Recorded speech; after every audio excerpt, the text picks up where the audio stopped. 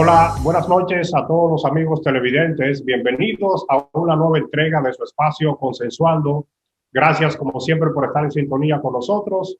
Francisco Medrano y el diputado Gustavo Sánchez, parte esencial de este espacio, pues les damos las más sinceras gracias por estar en esta nueva entrega de este espacio que con mucho placer lo preparamos para todos ustedes. Buenas noches, diputado. Bienvenido.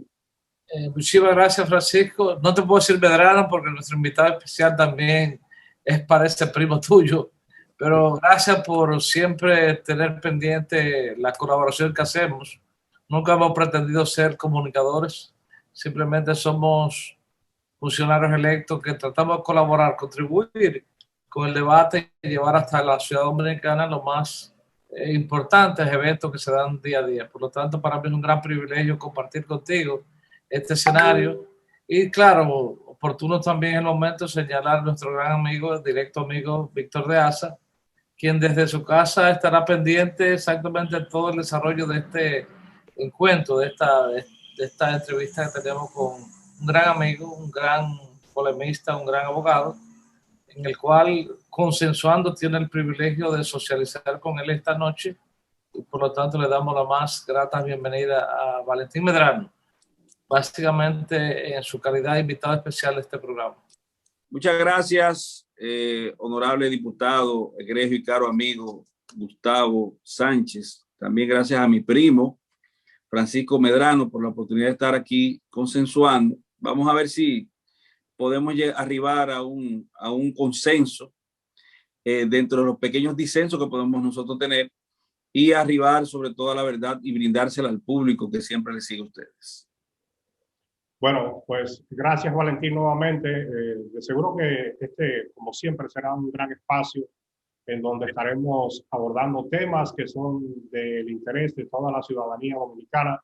Y para empezar, Valentín, aprovechar el tiempo, entendemos que es oportuno su presencia para conocer su opinión en sentido general sobre estas acciones que ha estado llevando el Ministerio Público con lo que han denominado una lucha en contra de la corrupción y la impunidad de República Dominicana y estos diversos expedientes que han sido sometidos ante los tribunales de atención permanente en el que se le conocen distintas medidas de coerción a varias personas que están siendo investigadas en nuestro país. Mira, debemos partir de una realidad. Aquí el que se quiera hacer el sueco, yo le permito que lo sea, porque cualquiera puede hacerse o es gracioso, a veces sin tener gracia, o decirse sus propias mentiras, un ejercicio mitomaníaco comunicacional. O sea, decir la mentira y creérsela. El que quiera hacer eso, yo se lo respeto. Pero yo creo que nosotros hemos avanzado mucho en términos educativos y podemos leer gente, leer discurso y entre una cosa y otra también, incluso por los gestos que se hacen y algunas pifias que tienen en el sostén del discurso, uno puede darse cuenta de que están tratando de tomarle el pelo a uno. Lo primero que quiero desentrañar es lo relativo al presunto Ministerio Público Independiente, que se nos ha vendido a nosotros como un gran logro de este gobierno. Creo que se cimenta casi toda la política de gobierno en el Ministerio Público Independiente. Yo no tengo problemas políticos con nadie y de hecho no tengo banderías políticas. Nunca las he tenido. O sea, bueno, desde hace un tiempo no las tengo. Pero yo soy un ciudadano con el legítimo derecho a ver las cosas y tratar de desenredar todas estas intríngulis que se dan, esta madeja situacional que se da en términos políticos que nos afecta en cualquier tipo de actividad que nosotros desempeñemos, porque la política es tangencial a todo lo que se haga. En el derecho, por ejemplo, que ahora hay una incidencia muy importante, muy activa de la política en el derecho, en el deporte, en la educación, en la agricultura, en toda la política tiene que ver con los asuntos que le son atinentes al ser humano. Ahora bien, Ministerio Público Independiente, ¿lo hay? No lo hay ni lo puede haber. Lo digo no lo puede haber porque nosotros tenemos una serie de entuertos, disposiciones muros de contención desde el punto de vista legal, que establecen primero cómo funciona el Ministerio Público en la República Dominicana y segundo, cómo no puede funcionar el Ministerio Público.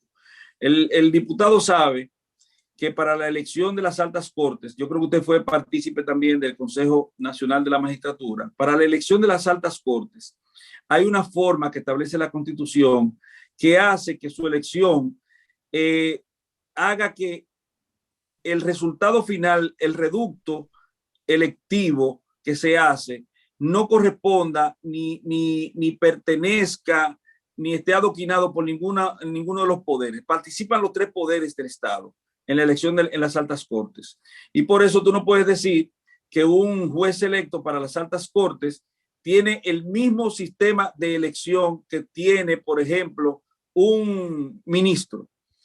El ministro es un acto volitivo del presidente de la República, mediante el cual él escoge, sin que nadie lo obligue y sin que nadie lo pueda objetar, al que él considere que debe ser el ministro, por ejemplo, de Salud, el ministro de Obras Públicas, el ministro de Deportes, y cuando él considera también, lo suspende o simplemente los quita, como ha ocurrido ya, que el presidente actual, el presidente Luis Abinader, ha tenido disposiciones que cercenaron la carrera desde el punto de vista de la participación en el tren gubernamental del ministro de Salud, por ejemplo. Tenemos un nuevo ministro de Salud de hace poco. Entonces, esa forma de elección te dice a ti que hay una dependencia entre la persona que elige el presidente, que escoge el presidente para un puesto determinado y que está subordinado al presidente de la República. Y no solamente que está subordinado, que cuando el presidente de la República tenga el interés, por la razón que fuera, de separar a esa persona, de desvincular a esa persona de la administración pública, lo puede hacer. ¿Cómo se coge el Ministerio Público, la cabeza del Ministerio Público, la procuradora o el procurador general de la República? Por un decreto presidencial. Entonces, es una rama del Ejecutivo. De hecho, en el estudio del Ministerio Público se habla del poder punitivo del Estado, el brazo armado del Poder Ejecutivo. Y así lo dice la Constitución de la República en el artículo 170, que te dice que hay 6 principios nodales que son los que rigen la función del Ministerio Público. Y en esos principios no está el principio de independencia, porque el Ministerio Público no es independiente, no está llamado a serlo tampoco. Su ley interna habla de una independencia y la definición que da es simplemente que sus actividades están al margen de otros poderes del Estado. Es decir, que ellos tienen un mínimo de independencia a lo interno con respecto a las demás instituciones del Estado, pero no que es independiente del Poder Ejecutivo y del presidente de la República. Lo otro, lo que tiene que ver con la persecución de la corrupción, yo sé que todo buen dominicano, es más, todo ser humano consciente, tiene que apoyar cualquier intento de lucha contra la corrupción. Porque cuando tú estudias el flagelo de la corrupción, te das cuenta de que nosotros somos los grandes perdedores de esta situación agobiante, lastreante, porque imposibilita en muchos casos el desarrollo sostenido de una nación, lo dificulta al menos. Pero ocurre que tú no puedes confundir la persecución de la corrupción bajo ninguna circunstancia. Tú la puedes revestir de apariencia de persecución de la corrupción para perseguir políticamente a personas que sean contrarios a tu bandería política. Yo no sé, porque no he estudiado a fondo los primeros casos de presunta corrupción que se han perseguido en la actual circunstancia política en la República Dominicana con el actual Ministerio Público, que se le llama independiente para crear un marketing, un asunto de, esto es un asunto exclusivamente de venta, de publicidad. Ministerio Público Independiente, que no tiene sentido tampoco desde el punto de vista lógico, porque tú dices, ven acá, ¿cómo puedo yo crear a partir de una sola persona en un cuerpo que lo componen miles de personas una independencia con una sola adición? Y me explico. La única persona que es nueva dentro del Ministerio Público actual, es la magistrada Procuradora General de la República, que viene del Poder Judicial. Pero después no hay un solo miembro, es decir, el 99.9% de los miembros del Ministerio Público fueron acrisolados en el anterior régimen gubernamental. Entonces, ¿puede una sola persona, bautizar un sistema con su sola presencia y decir de repente, de golpe y porrazo, esto es independiente porque hay una persona nueva aquí y va a moldearlo y a cambiarlo y a afectarlo todo? Yo creo que eso no es posible. En esta dirección, sobre la supuesta independencia del Ministerio Público y sobre la dependencia del Ministerio Público del Poder Ejecutivo, como tú muy bien acabas de señalar, dependiente, claro, se inscribe exactamente una gran preocupación sobre el cuestionamiento a la independencia y la reunión que sostuvo la Procuradora General de la República con los procuradores fiscales que persiguen la corrupción, y en la cual participaron algunos funcionarios del Poder Ejecutivo no ligados al Poder Judicial, y en donde, de una forma u otra, se discutió la famosa alerta migratoria, que había la presunción de que los funcionarios no acreditados del Poder Judicial tenían la apreciación de que esta alerta migratoria debía permanecer en el Ministerio Público para impedir que ciudadanos, sin haber dictado una sentencia de una medida de coerción, pudieran viajar libremente a cualquier país. ¿Se inscribe esta dependencia o esto fue una muestra palpable de que el Ministerio Público real y efectivamente no es independiente?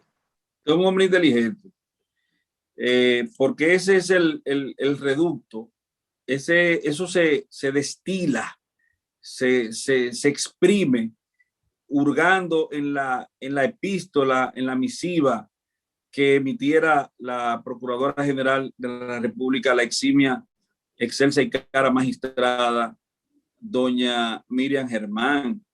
Ciertamente, como usted apunta, cuando usted analiza la carta, bueno, la instancia, como sea, usted se da cuenta de que personas del Ejecutivo, entre ellos el director de Migración, más 2 personas desconocidas, fueron convocadas para la toma de decisión, para una toma de decisión importante dentro del Ministerio Público. No se puede hablar de asuntos interinstitucionales porque no se trata de eso. Estamos hablando de una violación flagrante, constante, perenne que se tenía dentro del Ministerio Público de una garantía de derecho, que eso ajaba, afectaba, laceraba, menoscababa un ejercicio de un derecho fundamental.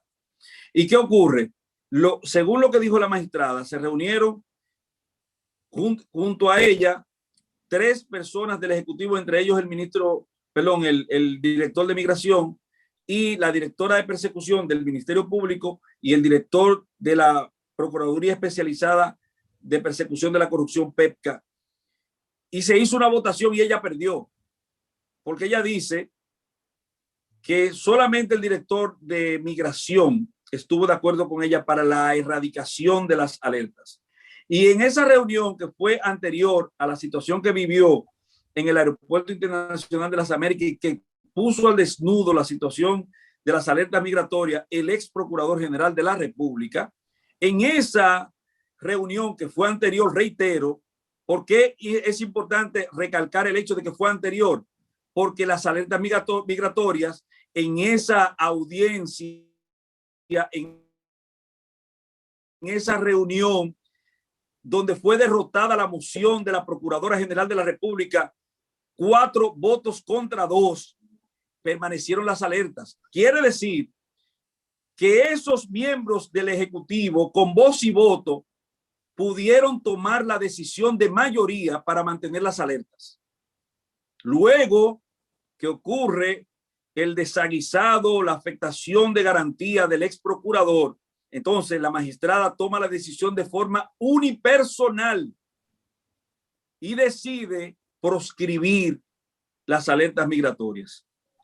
Si alguien quiere seguir jugando al tono, pero eso es una muestra clara de la incidencia del Ejecutivo. Y de hecho, las principales acciones de carácter judicial que han encaminado idas hacia la administración pasada del expresidente Danilo Medina. ¿Qué puede hacer la comunidad jurídica para alertar precisamente eso que nos dice usted al principio? No hay un ministerio público independiente. Y segundo, ¿cómo poder desconstruir ante la sociedad ese discurso que ha calado y que para nadie es un secreto que a la gente le agrada? Es popular. Se no es un ministerio público independiente.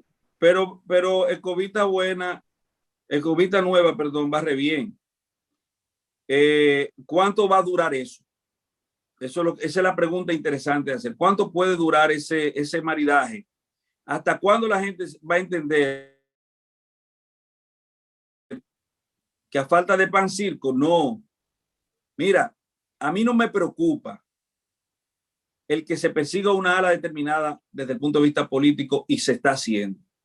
¿Y qué nos queda a nosotros como comunidad jurídica? Alertar, lo mismo que te ha dicho, alertar, decir las cosas, porque al final de cuentas, yo me recuerdo cuando, siendo yo muy muchacho, muy niño, había una persona que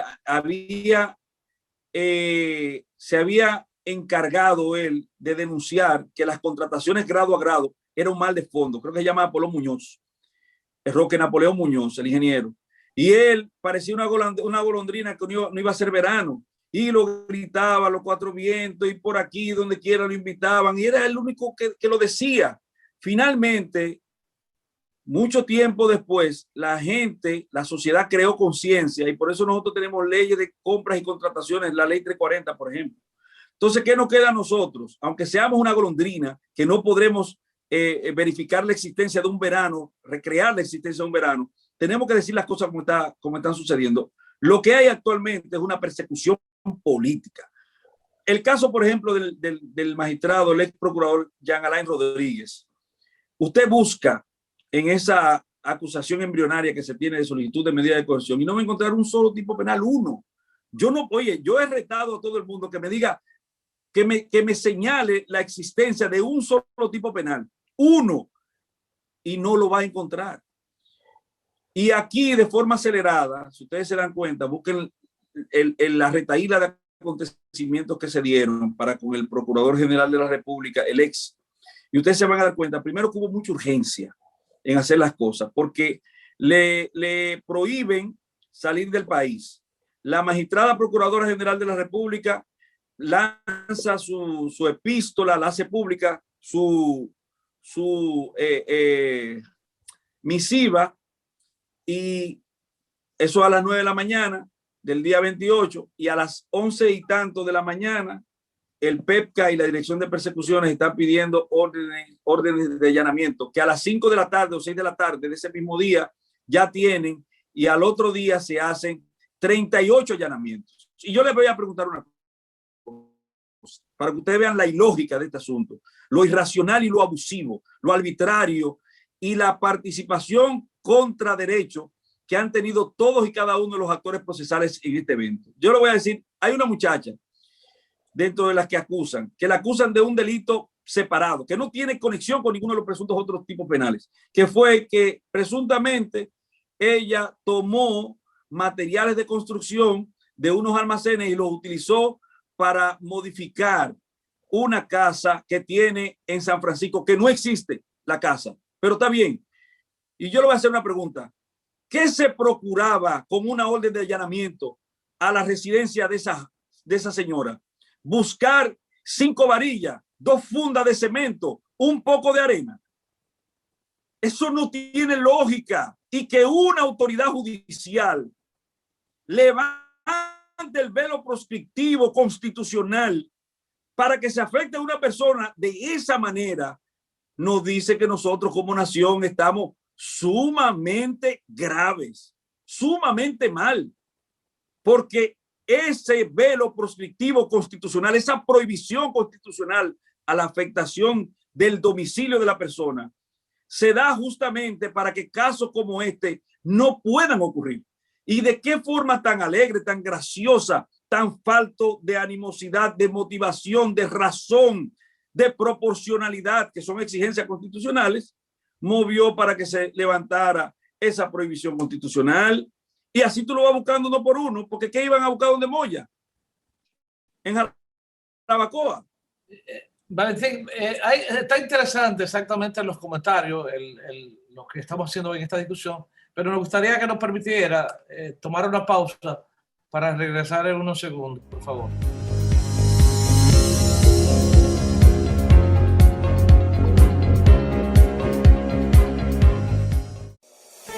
En Banreservas apoyamos la voluntad de quienes generan cambios para escribir nuevas historias. Por eso en 1979 nace el voluntariado Banreservas, que realiza acciones de sostenibilidad y solidaridad que mejoran la calidad de vida de miles de familias vulnerables, llevándoles dignidad y esperanza. Banreservas, 80 años siendo el banco de todos los dominicanos.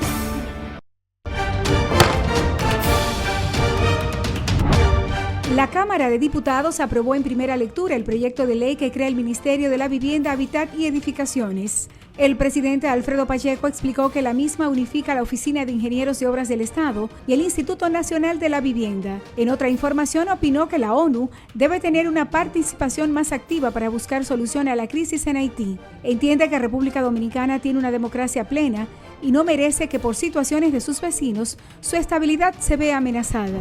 Los diputados rindieron un homenaje póstumo al exlegislador Tirso Mejía Ricard. Durante un acto solemne en el Salón de la Asamblea Nacional, Alfredo Pacheco resaltó la vida y aportes del dirigente político e intelectual. 57 comisiones trabajaron en la última semana diversos proyectos que serían presentados próximamente al hemiciclo. La de Asuntos Fronterizos trató con el ministro de Relaciones Exteriores, Roberto Álvarez, dos iniciativas: la instalación de un muro tecnológico fronterizo y la declaratoria de alto interés nacional, la construcción de una verja en la frontera. Cámara de Diputados de la República Dominicana. Un país en el que vivir dignamente es un derecho, con políticas sociales que ayudan a salir de la pobreza. Un país en el que la gente del campo tiene apoyo para producir los alimentos que necesitamos. Determinado a vencer los obstáculos, para volver al trabajo y salir adelante. Con una justicia independiente que hace respetar la ley y defiende nuestros recursos. Unidos lo lograremos. Estamos haciendo historia.